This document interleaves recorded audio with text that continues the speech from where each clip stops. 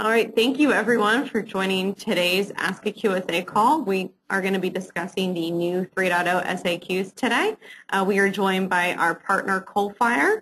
We have Justin Orcott, who's a manager at Coalfire, on the line today.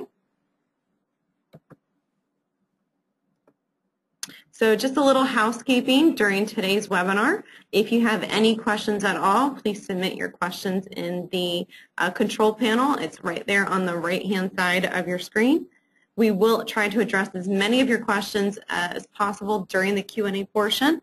If for some reason we can't respond to your questions at the end of the webinar, or if you think of anything, please feel free to contact Diamond Mine Client Services afterwards, and we'd be happy to answer any remaining questions that you may have. Also to note, you will get a copy of the PDF of today's slides and also a link to the recorded webinar that you can share with anyone who wasn't able to attend at your school. Just a little bit on the agenda of today's call. We're going to talk about the 3.0 SAQs, what's that mean, what's new with 3.0 SAQs, highlighting a few SAQs that you may have already experienced needing to validate or may see when you go to complete your compliance. And then we'll also talk a little bit during Q&A of what's going on in the market in schools and issues that you may be experiencing currently with validation. So just a little bit of an introduction. We are joined today by Coalfire, and this is Justin Orcott. He is a manager, and he's been working several years in the security compliance industry. He does work with many educational institutions of various sizes to help with their security and meet regulations. My name again is Jessica Coakley. I'm with Diamond Mine on our client services team. A little bit about Coalfire today. Coalfire is the leading independent IT GRC firm that helps clients recognize and with IT-related risk and also maintain compliance with all major industry and government standards. Here's just a little bit of an overview as to the different services Coalfire does offer their clients. A little bit about Diamond Mine for those of you on our call. We do offer credit card and ACH payment processing. Diamond Mine are experts in our campus-wide payment acceptance for schools. We work with existing vendors, many of you you may already have in place, and also help our schools come up with the most cost-effective solutions for your schools. Here are three different software solutions that we do offer our schools. Our first is Tuition Pay, which is an online tuition payment portal and helps with those installment payment plans. We have Campus Pay, which is a forms builder tool that allows our schools to make unlimited forms that you can get payments through different avenues of your school without needing to have that coding knowledge. And then we have our newest software, which is called Balance, and that is a reconciliation tool that helps our schools with that day-to-day of reconciliation challenges that many experience. Lastly, Diamond Mine also offers our purchase card program. The purchase card was developed specifically for our business officers of independent schools and helps manage schools' expenses in a cleaner fashion. What is Diamond Mine's role in PCI? So Diamond Mine thoroughly vets our providers and only partners with trusted companies. We do play an active role in order to assist our schools with PCI compliance and reporting. All of Diamond Mine schools do receive at no cost a PCI reporting wizard and scan system that helps our schools reach compliance in the easiest and simplest way possible. For our schools that may have a more complex campus setup, working with a qualified security assessor, a QSA, may be beneficial. Diamond Mine has partnered with Coalfire for those for QSA support. If you feel that you need to work with a QSA and would like a referral, please contact Diamond Mine Client Services after today's call. And at this, I'm going to transition over and let Justin talk about trends in payment technologies. Perfect. Thank you, Jessica, for the introduction, and thank you, everybody, for joining the webinar. Today, what we're going to go over is what's going on currently in PCI, what PCI is, and what it means for you guys there at the school level, and some of your requirements.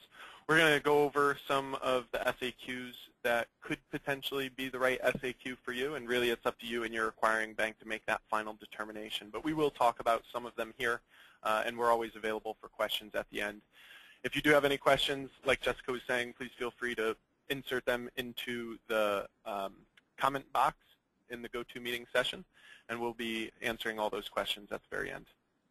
So just to start off, we're seeing several different technologies evolving the way payments are currently accepted for schools.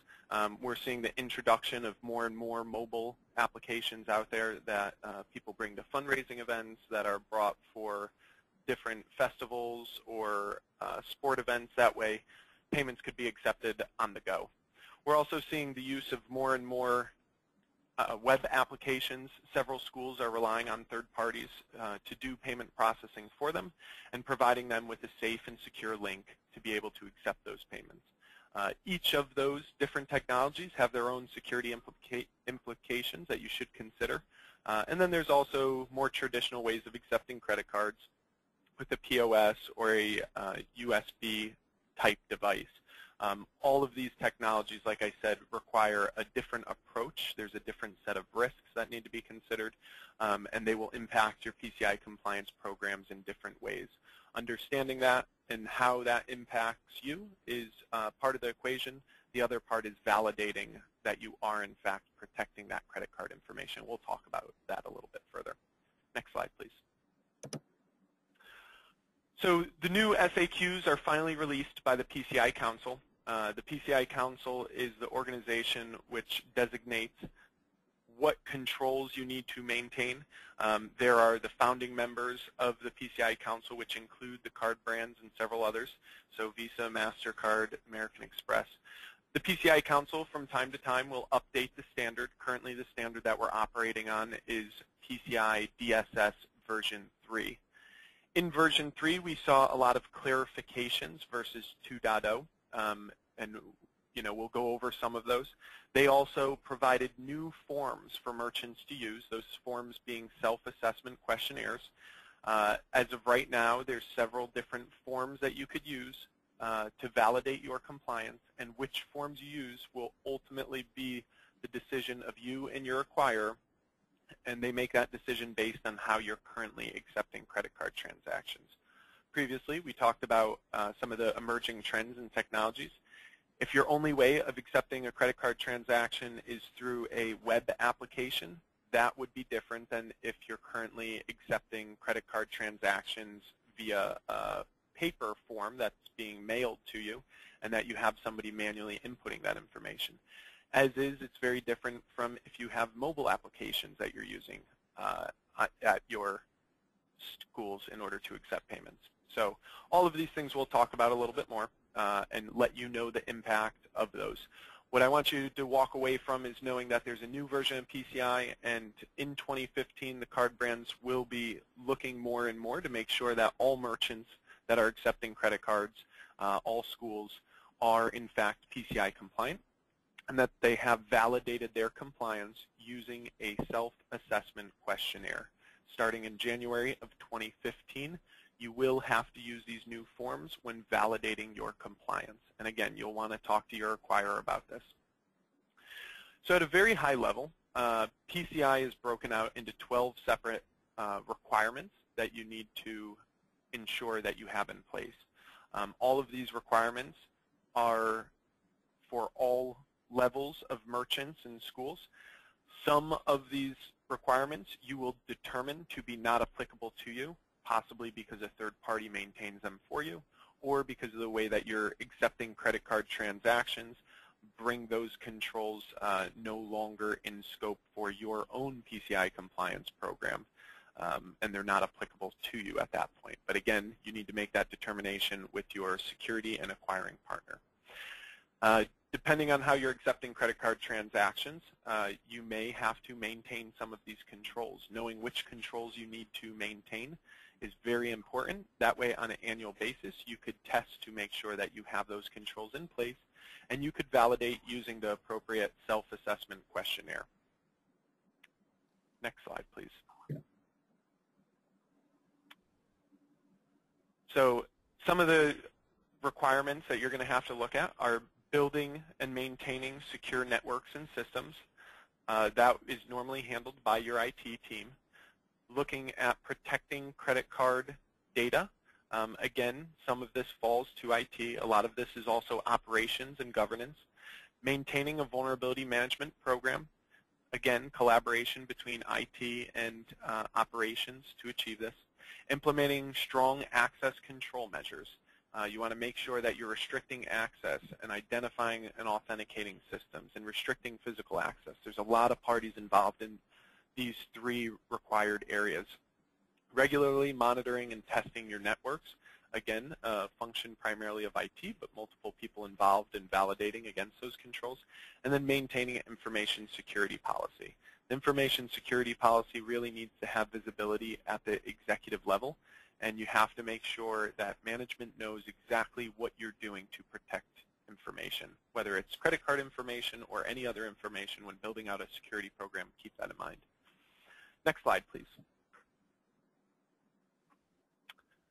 So what level merchant are you? You may have seen this diagram before of the various levels of merchants. Most organizations on the phone today likely fall into the category of a level 3 or level 4 merchant. As a level 3 or level 4 merchant, you do have obligations to complete a self-assessment questionnaire and conduct your network scans. You can determine which level you are based on the number of transactions taking place annually.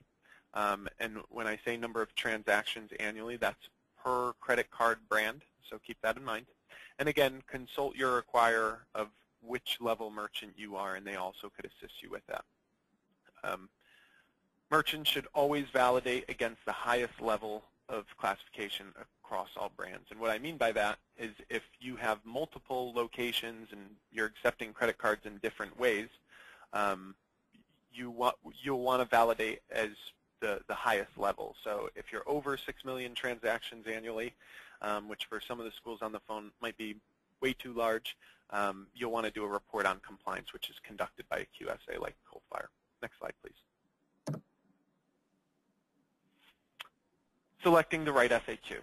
So the PCI Council has provided guidance to help merchants and schools determine which FAQs are the right ones for them. Again, you will want to work with your acquirer to make sure that you're using the correct FAQ and make sure that you're validating the controls properly. There are multiple different types of FAQs. Each FAQ, again, is dependent on how you're accepting credit card transactions. And that includes e-commerce, that includes mailing in forms, that includes USB payments, that includes point-of-sale systems. So those will all impact which FAQ is the right one for you. I suggest going online and looking at the PCI Council's FAQ instructions and guidelines. I believe the latest version is version 2.1, which dates back to 2011. They might have released the latest one as well on the new versions of the FAQ. So you'll want to keep your attention tuned in for that new release. Next slide, please.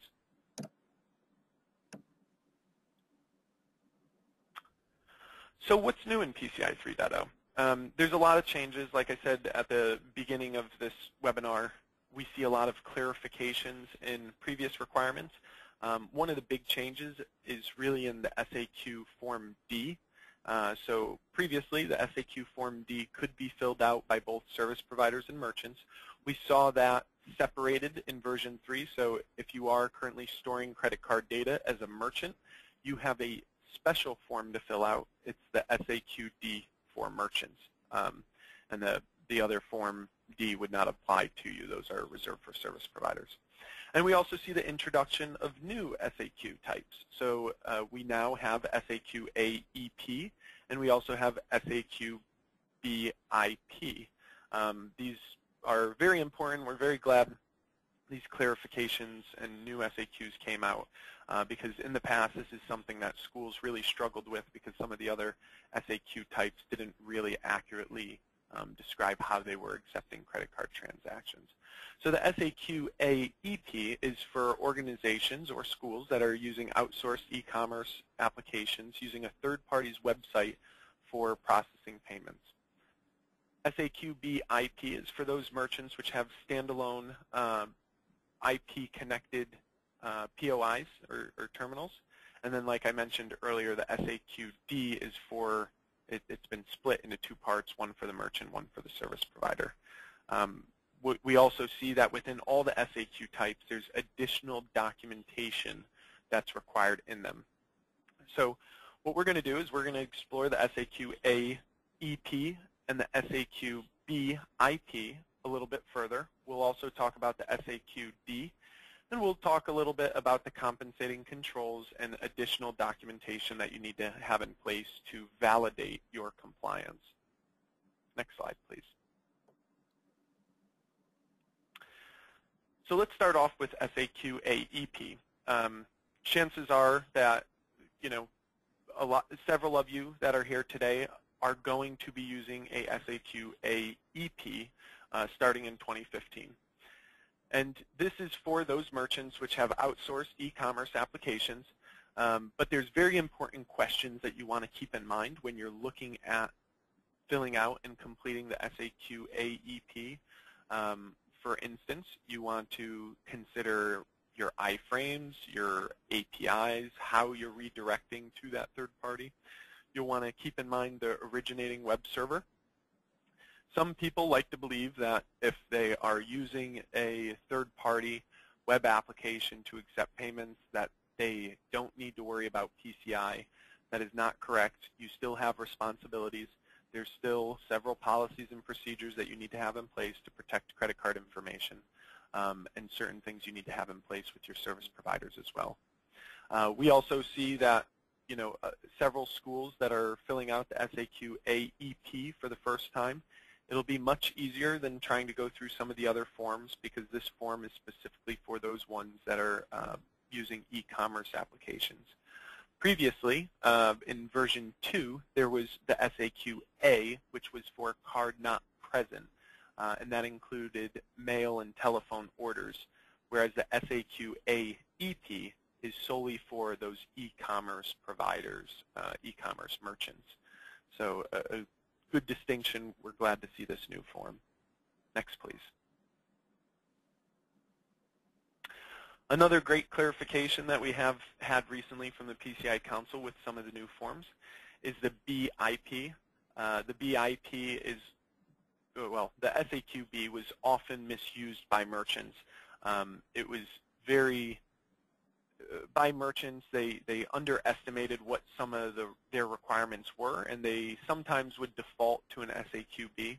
So having this new SAQ subtype is really beneficial because it addresses two types of immediate concerns. It recognizes that there is a difference in both risks and security of standalone IP devices as opposed to dial-out terminals with no IP connectivity, which is a very important distinction. And it also addresses the increased risks by pulling in additional control requirements. So the SAQ-B, you could expect to have new questions in there. Some of those questions you might want to consult with your IT team if you're not part of IT and you're trying to fill out your SAQ for the first time. Or if you're using a third party to assist you in setting up your networks, you might want to consult them as well when filling out this SAQ for the first time. Next slide, please. The SAQ-D. The SAQ-D is often one that schools try to avoid.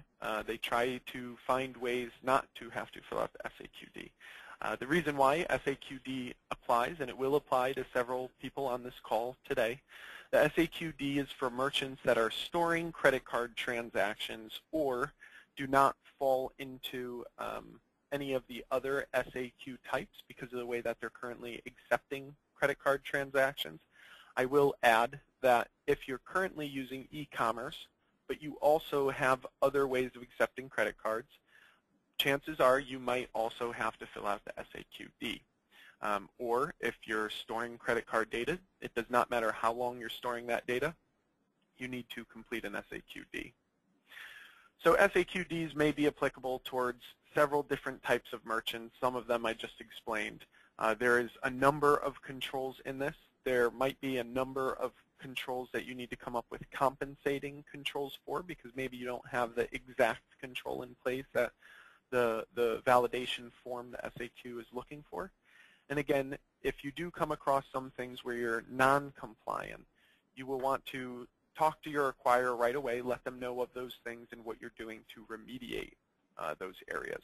Very, very important that you communicate with your acquirer or your processor.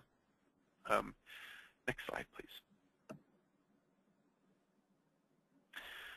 So I've mentioned compensating controls a couple times. What we see from time to time is schools, for one reason or another, might not have a particular control in place, but they might be doing something else that is helping achieve what the requirement is looking for.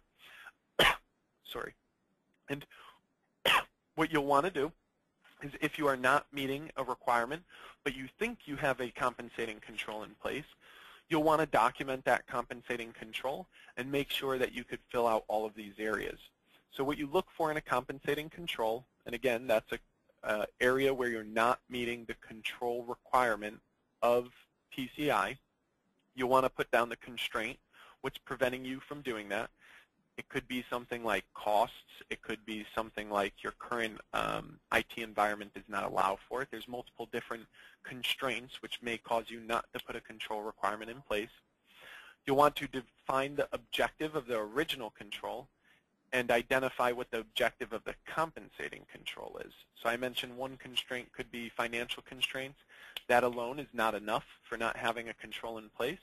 If there is a financial reason, you'll want to document still what the objective of the original control was and how you're still meeting that same level of security, given how you've invested. You'll want to mention the identified risk, so any additional risk that may be posed in your environment by not having that control in place. You'll want to define the compensating control you have in place and how it helps address any risk that you have.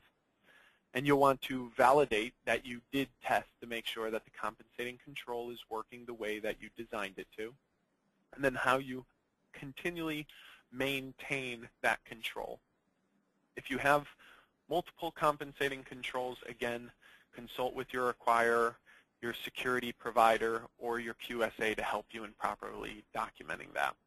QSAs tend to be the most familiar with how to document compensating controls, and they are there to help you in validating your requirements. Next slide, please. So if you are storing credit card data, you are going to have to go through all of the controls of PCI, some of which you'll have compensating controls, some of which you'll be compliant with, others which you're not, some that you'll test and some that you won't test. Any controls that you do not test, now in the SAQD, you'll have to explain the requirements that you did not test, and you'll want to explain why they were not tested. You'll also want to make sure that the things that were not tested do get tested at some point, or you have other documentation that verifies that somebody else tested those requirements for you. Next slide, please. So we see PCI being very active right now. The Council is working very hard to protect credit card information and give merchants and schools the guidance, documentation, literature, educational material that they need in order to protect credit card information. From time to time, they have webinars of their own. They have training sessions. You could also become a PCIP, which is a payment certified auditor yourself for your individual school through the PCI Council. It might be beneficial for you to research that if that's something that you're interested in. They've also recently released a number of great documents that you could use as you're working to validate your PCI compliance. Some of the things that we have seen released recently are FAQs or supplemental information to help you in adjusting to the new version of 3.0. They also have great prioritized remediation. They also have great documents about exactly what controls change for which merchants. So you'll want to look at some of that documentation. If you have been completing SAQs up until this point, especially the changes from 2.0 to 3.0, that document will really help you.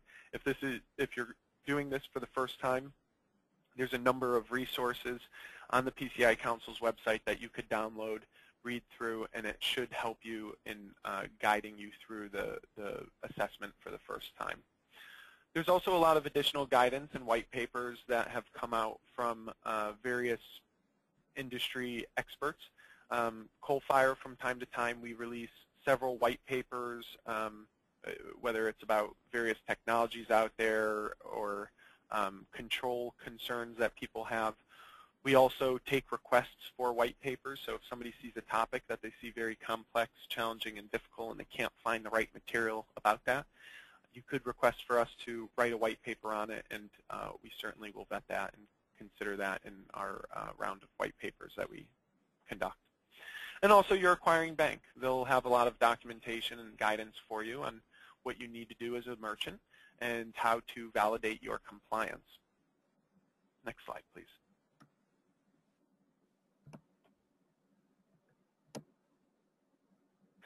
So challenges and tips for merchants using SAQs. You all can't be SAQA, so don't think that, great, I'm accepting e-commerce transactions, I must be filling out the SAQA that we discussed earlier. That is not the right approach to take. You need to really understand all of your transaction details, and you need to talk with your merchants to determine whether that SAQA EP is really the best one for you. We see a lot of merchants making the common mistake of kind of defaulting to the SAQ with the least amount of requirements. Again, you want to validate using the highest level, which in some cases might be the SAQD. Remember, once you sign that attestation of compliance, also known as the AOC, which is the first several pages of your SAQ, you are now accountable for your compliance. When you sign that AOC, you are signing a document that's saying you have tested and validated all of the controls which are documented below. And if you go through that and you say that you are compliant in all of those areas, you'll want to have supporting evidence that you are compliant in all those areas and have that backup documentation.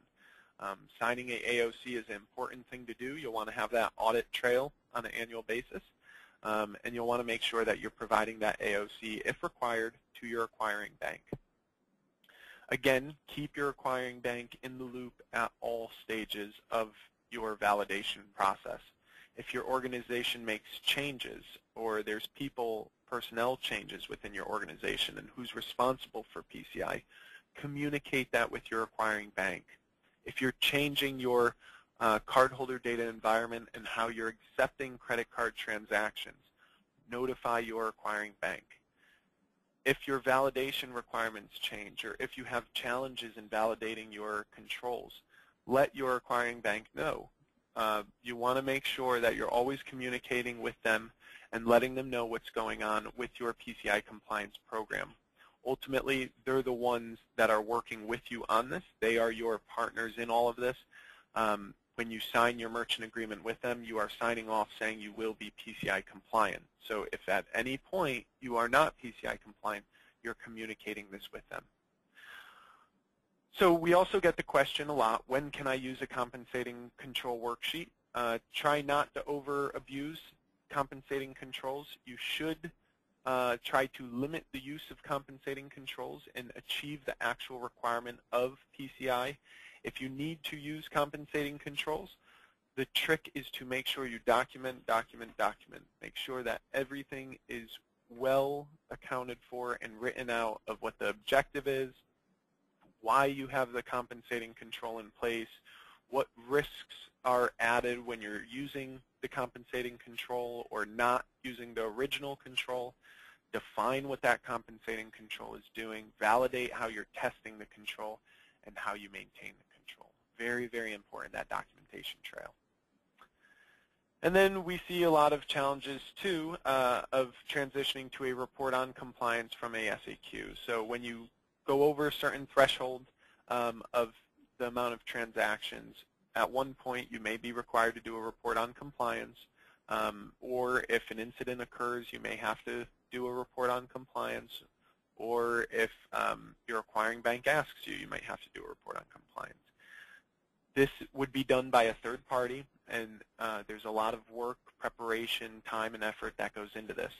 So if that does happen, just take a minute to prepare yourself, figure out why it happened and how you could move forward. So, and again, talk with your acquiring bank. Next slide, please.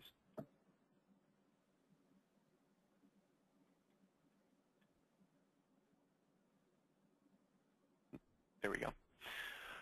So all the FAQs are here now. We went from FAQ A, B, C, and D to FAQ A, EP, FAQ B, IP, FAQ C, FAQ D for merchants, FAQ D for service providers, and we still have the FAQ CBT. We also have the introduction of FAQ P2PE-HW, which is kind of off on its own. We did not discuss that one today. Next slide, please. So before we start taking questions, just to reiterate, PCI compliance is something that you need to maintain on an annual basis. Saying you're compliant is not good enough. You need to validate using a self-assessment questionnaire or a report on compliance, whichever is the applicable form for you, that you are in fact compliant. Diamond Mind is here for you, Coalfire is here for you, and we want to be able to support everybody in any way that we can. With that, Jessica, what I'd like to do is, I'm sure the group has some questions. Maybe we could open it up for questions and see what we have and go from there. Sure, great. Yeah, we have been receiving some questions throughout the presentation, so I have a few of them already, and then I'll continue to field a few over to you as we have time. The first question that we had, Justin, is what are the basic policy documents that we should have or should start with? Sure. So PCI compliance relies very heavily on governance and the policies that you have that govern your organization or your school. These policies are very important to your compliance program. As I mentioned, the PCI Council has some great guidance on how to actually audit and what to look for to make sure that you're maintaining those controls. If you download that, you'll see a lot of it is policy-based. Do you have this policy, that policy? One of the most important policies that you could have if you don't already have one is a IT security policy. Probably the most important one. If you don't have that today, at the conclusion of this webinar, I want you to go back and start working on creating that policy. If you need guidance on that, again, Diamond Mind or Coalfire, we're both here to help.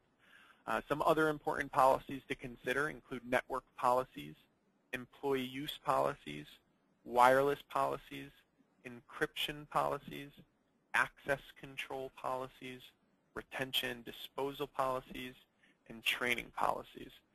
If I had to sort it out on my own of, prioritizing which ones are really important, your IT security policy is very, very important. Employee use policy of how you use credit card information and what's acceptable and not. Encryption, so you want to encrypt credit card transactions in transit. And then the other important thing is training your employees on how to use credit card data safely and securely. So training is very, very important as well. I hope that answers the question. Any others?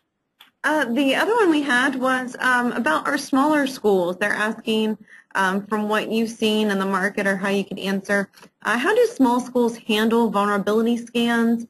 Do they do daily or weekly log scans? Is it something that's outsourced?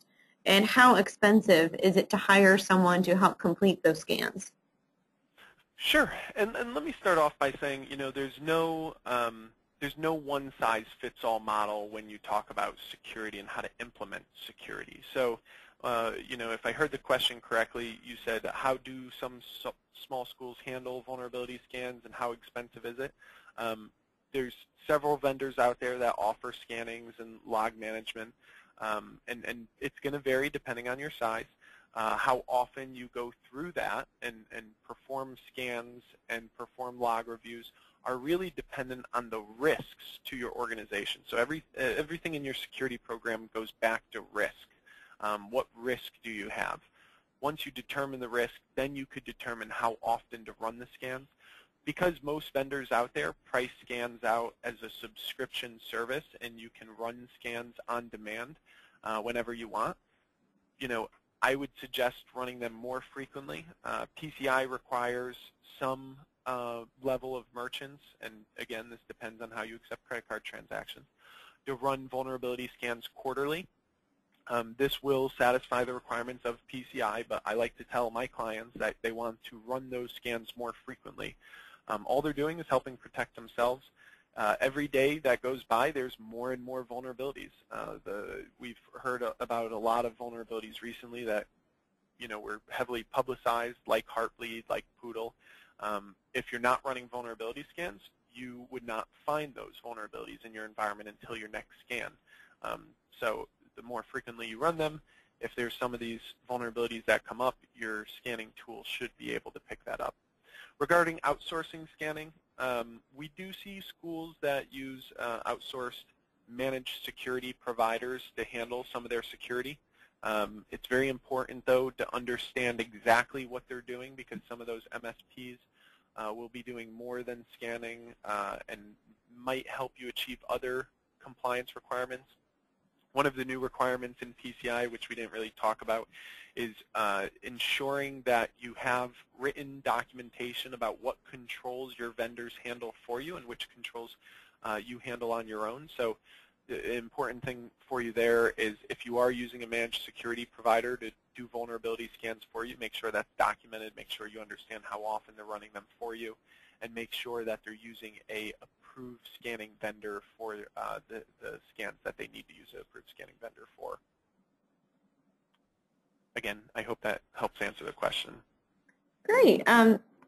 So we had another one come in about working with QSAs. They're talking about needing to gather RFPs from QSAs to do a gap assessment that would help remediate and become PCI compliant. Sounds like there's some challenges there. The school would like to know how they go about choosing a good qualified QSA. Could they use a non-QSA consultant, like a PCI consultant instead? And are there benefits hiring a QSA over a PCI consultant to ensure that they're compliant? Sure, and a lot of parts to that question, but a very good question. We see more and more schools coming out and saying, I need help. I don't know how to do this on my own. I don't have several years of experience in security. Some of the questions I'm reading here in PCI, just, I don't understand them, and I need help. And it's good to raise your hand and ask for that help. What I would say is there is a big difference between using a QSA and a non-QSA company. A QSA company, well, let's start with the QSA by itself. To achieve a QSA designation takes work and time, and not anybody could apply to become a QSA. There's formal training that takes place for QSAs specific to PCI that's governed by PCI. There's a test that has to be taken, and before you could even sit for that training or that test, you have to have a number of years of experience doing security work or IT work. So that designation of a QSA holds a lot of weight. When you see that, it means that that company, that person, has a lot of experience, and chances are they saw a lot of different environments, so they're used to dealing with PCI on a regular basis. Regarding RFPs, picking the right QSA, doing a gap assessment. Doing a gap assessment, there's different methodologies that could be followed, different approaches, different ways of testing or reporting against whether or not you're PCI compliant. What I would suggest is, if you are looking to do a gap assessment, and some of these things do get costly, but if you are looking to do a gap assessment, what you'll want to do is make sure that the QSA is testing controls so that they're actually validating controls, unless you want an alternative approach, which is just facilitating, helping you go through the requirements and you kind of doing the testing, and they help you understand, what the requirements are, and they kind of guide you as opposed to doing the bulk of the work. And what you want to look for in a good QSA is you're going to kind of want to compare their portfolio, their work, to what you are and what type of school you are. Granted, PCI is PCI, the requirements are the same. You want to make sure that they have experience dealing with similar clients that have similar size, similar challenges, whether it's financial constraints whether it's culture or operational constraints. So working with a QSA that has experience with schools of all sizes is very beneficial. You'll also want to look for years of experience of the QSA, both as the company and the individuals working for the firm. You'll want to look to see how some of their QSAs hold other credentials. And you'll want to see what work they do outside of schools. Have they worked with any acquiring banks? Have they worked with any payment processors? Are they working with service providers? Are they working with data centers? Because you want to see some experience that they have of working with some of your vendors and some of the third parties that you're relying on to help you with PCI compliance. So good thing that you're raising your hand and looking for help. It's good that you're going through the due diligence process of looking for QSAs. I would suggest a QSA over a non-QSA. It'll be a little bit more expensive, but the output will be significantly better in my mind. And maybe that's just biased, but that's me. So anyway, that's the answer that I have for you. Hopefully it helped. All right. We had another one, Justin, that came in. Are there any statistics showing that PCI compliance is helping to thwart or mitigate loss to companies? The question states that, it seems like there's some large companies that have large security departments that are experiencing pretty significant losses. Is PCI compliant or are PCI compliant companies having less losses that you've seen in the market? And if so, is that a statistically significant amount, or is it minimal from what you've seen? Sure. And let me start off by saying it's nearly impossible to measure the savings of not having a breach, right? Because the costs of having a breach are astronomical. They add up. It's very costly, and there's no way to say, if I didn't have a breach, then what would it have cost me? We don't know, because the depth of a breach, the type of breach, how it happened, whether or not you were able to identify it or if a third party notified you of it. I mean, there's all these different scenarios. So I'll start off by saying there's no great statistics out there for, the amount of savings by not having a breach or by being PCI compliant. I'll also say that there's several different types of breaches, but for the purposes of this conversation, we could classify them into two separate breaches, PCI breaches being one, and then non-PCI breaches being another. So as a PCI compliant organization, you have to segment your PCI environment from your other environment. So you can't have your PCI data hosted in areas, like if you're storing it, you can't have it in areas of other data, right? You have to segment that environment. So if you're PCI compliant, you're more secure than you were previously. PCI compliance by no means equals security. PCI compliance is there to serve as a baseline for those organizations that don't have a security team in-house or don't have security expertise. What it does is PCI DSS requirements lay out at a bare minimum what you need to have in place to protect specifically credit card information that you are currently accepting based on the way that you're accepting credit card transactions. So, the first point was that no, there's no good statistics out there for savings. There are great statistics out there. You could find some from various institutes or vendors about the costs of a breach. For credit card information, it's very costly, and they calculate that cost down to the per credit card cost. But there's things that are involved with breaches like legal fees, forensics, PR, monitoring for the various people that got their information stolen. All these things add up. So anyway, there's good statistics out there for the cost of a breach per piece of information lost. I did read something recently from one of the very, very large breaches that so far, year to date, which it's only been a couple months, they've spent $48 million on just the investigation alone. And of that, I'm sure some of you guys are looking at cyber insurance. Of that, only $12 million is recoverable through cyber insurance. Think about that statistic for a minute. $48 million so far, and only $12 million is recoverable. If that doesn't speak to why you need to secure your systems, I'm not sure what will. But what I want to point out is PCI compliance is your baseline. You need to develop a program on top of that. PCI is specific to credit card information. You have other sensitive information that you touch. It might be student social security numbers. It might be student date of birth. It could be maybe the nurse is collecting information about health conditions of certain students and medicines. All of that data has to be protected, and you have to find a way to protect it. The costs of securing that data are minimal compared to the costs of experiencing a breach. So, and if you're accepting credit card transactions, you have no option but to be PCI compliant. You signed a merchant agreement, which if you take that merchant agreement out, you'll find in there that it says that you will maintain PCI compliance, so you are obligated at that point to be compliant.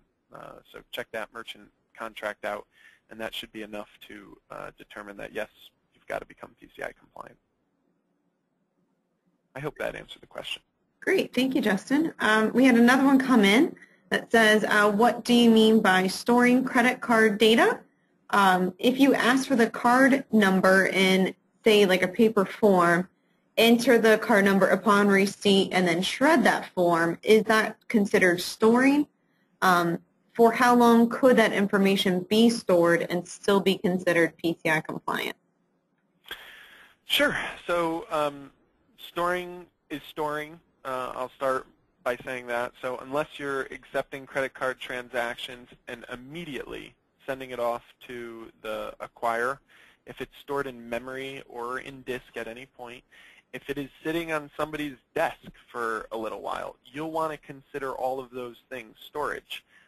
You'll want to really look and evaluate whether or not SAQD is the right SAQ for you. You'll want to talk to your acquirer, and you'll want to explain your payment flow process. Your cardholder data environment definition is what we call it. And you'll want to see if they are okay with you completing an SAQD or another SAQ. But for what I would like for you to take away from this is, unless you are connected directly to your processor or your acquirer, and you're not storing that, and by storage I mean 1 second that it is on your infrastructure, in your memory, in your disk, sitting on somebody's desk, in my mind, that's storage.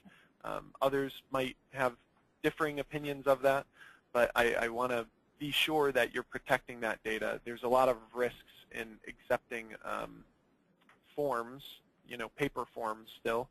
That's why a lot of companies have started to migrate towards those web applications and directing people to a web application where they would go in and they would put in credit card information. With that being said, some people just don't like technology, that might be paying you, and they might not want to use the internet to put in their credit card information onto that web form. And that's understandable as well, and you have to consider that when determining how to accept credit cards. So storage is any point in time that you're retaining that credit card information. All right, great. I'm just going to announce that we are running towards the end of the call, so if you do have any other questions, if you can make sure to submit those. We do have time for probably about 2 more. The one that we did have come in just now is, do we fill out one SAQ per process? Or if we accept credit cards in multiple ways, does that automatically make us an SAQD? Sure. So I'm going to kind of reflect here on the previous question of using a QSA, whether or not this is beneficial, or using a security company to do it that is a non-QSA.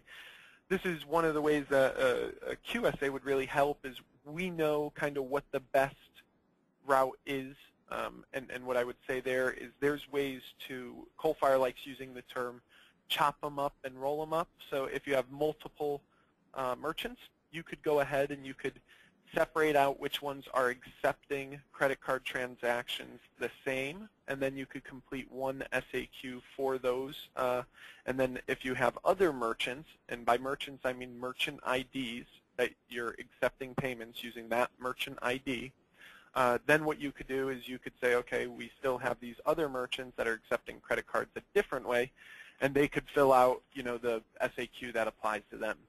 If you are looking to fill out just one SAQ, and some schools do this, I have one, large school that I work with about 70 merchant IDs. It's a large higher education school. They fill out one SAQ on an annual basis, and the reason why they do that is that's what their acquirer told them to do. Their acquirer is allowing them to fill out an SAQ-D for all their transactions. So you'll want to, again, consult with your acquirer, make sure that they're on board with what you want to do. But I would suggest evaluating your payment flows and seeing if, you use the word per process. I would look to see how many processes you have, whether or not they have the same merchant ID, and then determine that from there whether or not filling out one SAQ is the best route. And once you think you have a good idea, maybe contact your acquirer and see if they agree. Or if you can't make up your mind, ask your QSA or just reach out to the acquirer directly and say, I'm not sure which one would be better for me to fill out. Can you help? All right, great. We had another one come in that says, when using an outside organization to collect tuition payments, is the school held accountable for their PCI compliance to ensure the safety of the school's clients, being their parents' card data? Sure. Well, what I will start with is it's your reputation. If a breach were to happen, it's your name in the front in the headlines. It wouldn't be your vendor. So your reputation, I'm sure, is very important. You definitely don't want that damaged, nothing negative. With that being said, you would be the one that would be accountable for, making sure that you're compliant. So what you'll have to do is you'll have to consult with your vendors to understand how they're collecting credit card information for you and how they're protecting that information for you. You'll want to request an attestation of compliance for them, showing that they went through PCI compliance on their own as well. And so at the end of the day, yes, you're accountable for PCI compliance. Yes, you still have to go and fill out an SAQ if the SAQ process applies to you, which I'm sure it applies to 100% of the people on this phone call. And you'll want to make sure that you're safely protecting any information that your parents, that the clients or the parents are trusting you with, whether that's card data or health data, or maybe it's just, login information. Maybe some of the students have different logins. All that data you just want to make sure you protect, and understanding how you're securing the information is very, very important. I'll add that there was recently a breach of a retailer. I won't mention which one. Actually, multiple different breaches, but same sort of scenario in each one of them. And the name of the breach, when you read the headlines, was, X merchant had breach of, this many credit card information that was stolen. And then as you're reading the article, you see that it wasn't actually the merchant that was breached. It was the payment provider that was breached, or had a vulnerability, so going back to vulnerability management, that had a vulnerability that allowed that particular merchant to experience that issue. So another good policy, going back to the original set of policies, is incident response planning. What do you do if something does happen? There is no 100% secure. It's just, putting controls in place that help protect you a little bit better and help you go towards a more secure environment. So at the end of the day, you're accountable. Make sure you understand what you're doing to secure information. If you're not sure what you're doing to protect information and what your vendors are, find a security partner that could help advise you on that. That's non-biased, that doesn't pick sides, and that's a good place to start. All right, and we have our last question, Justin, It's PCI status reporting becoming a requirement by insurance companies with policy renewals. I know we've had a school contact us for some PCI questions with a policy renewal going into next year. With 3.0, is it something that you're seeing starting in the marketplace?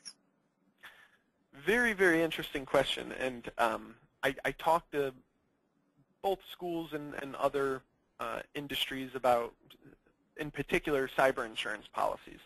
More and more organizations are trying to figure out how they hedge some of these risks with insurance plans. So, you know, I see some places, while being PCI compliant, they're not doing much more than that, but instead they go out and they buy insurance to protect against any losses. And going back to my story about the 48 million versus the 12 million in recoverables from insurance, you know, you want to make sure you select the policy that's right for you. That's number one.